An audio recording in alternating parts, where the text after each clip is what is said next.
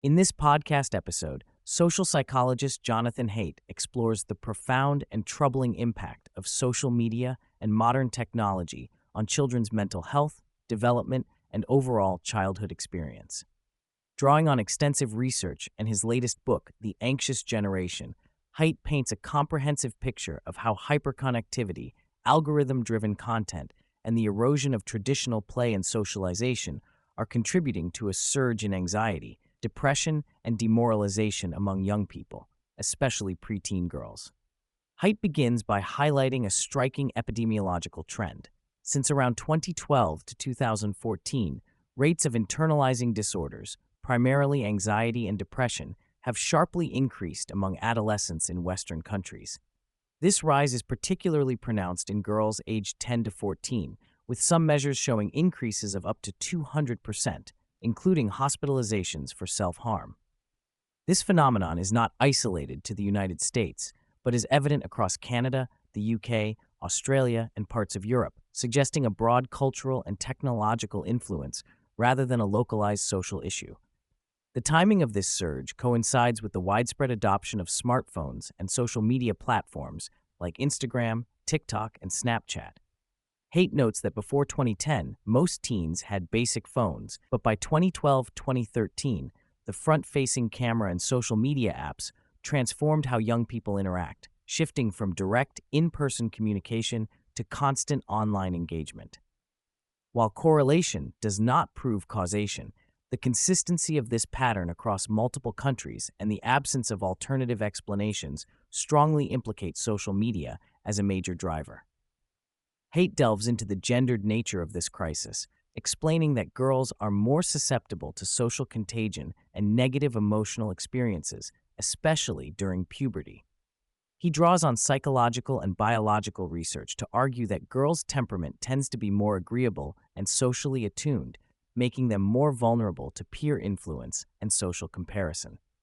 The introduction of social media amplifies these vulnerabilities by exposing girls to a relentless stream of image-focused, short-form content that emphasizes appearance and social status on a global scale, far beyond the small peer groups of previous generations.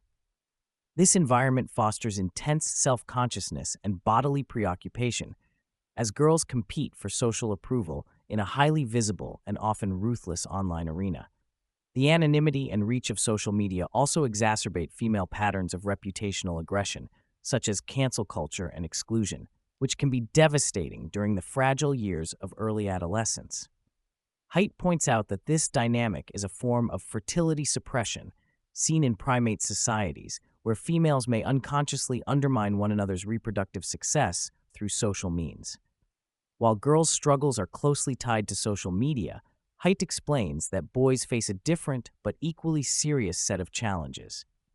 Boys tend to gravitate toward video games, pornography, and other dopamine-driven activities that fragment attention and discourage the development of executive function, the ability to set and pursue long-term goals.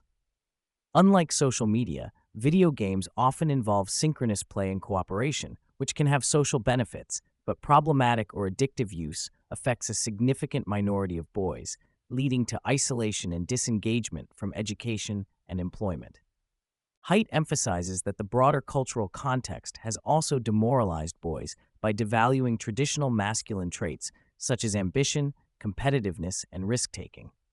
This soft bigotry of low expectations discourages young men from pursuing meaningful challenges and responsibilities, pushing many toward trivial or hedonistic pursuits.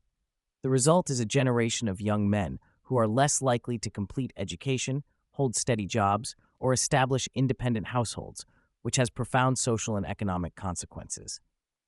A central theme of the discussion is the loss of what Haidt calls normal childhood.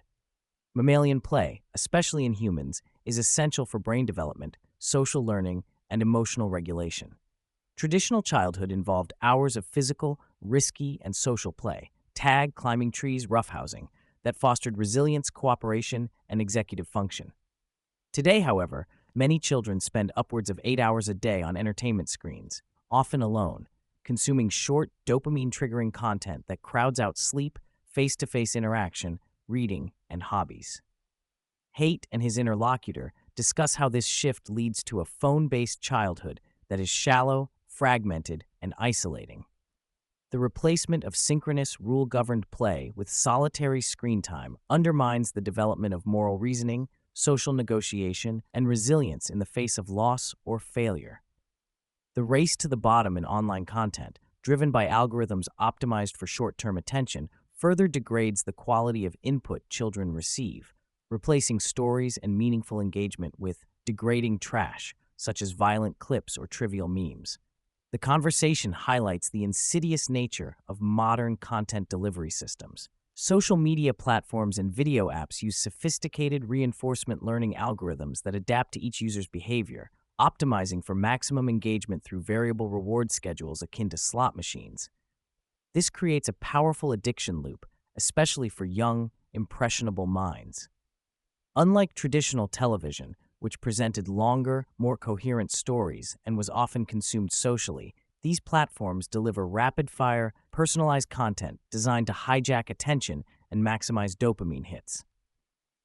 Haidt warns that the advent of generative AI will only worsen this problem, as algorithms will soon be able to create custom content tailored to individual users' deepest vulnerabilities and desires, potentially accelerating the descent into narcissistic, isolated, and fragmented mental states. Beyond the psychological and social effects, Haidt touches on a deeper, spiritual dimension of the crisis. Drawing on his earlier work on moral elevation and the three-dimensional model of social perception, vertical hierarchy, horizontal closeness, and a z-axis of spiritual elevation, he argues that the phone-based life degrades our capacity for patience, forgiveness, humility, and moral growth. The instantaneous judgment culture of social media runs counter to spiritual traditions that emphasize slow, reflective moral development. This degradation manifests as a loss of depth in the ideas and narratives that shape young people's minds. Instead of engaging with stories and concepts that build a coherent, hierarchical understanding of the world and one's place in it, children are bombarded with high-entropy, shallow content that fails to provide a foundation for meaning or motivation. This spiritual and moral impoverishment contributes to the widespread feelings of pointlessness and demoralization. Haidt concludes with a hopeful but urgent call to action, emphasizing that the problem is a collective action dilemma. Individual parents who try to restrict smartphone or social media use face social pressure and risk their children being left out. Therefore, solutions require coordinated norms and institutional support.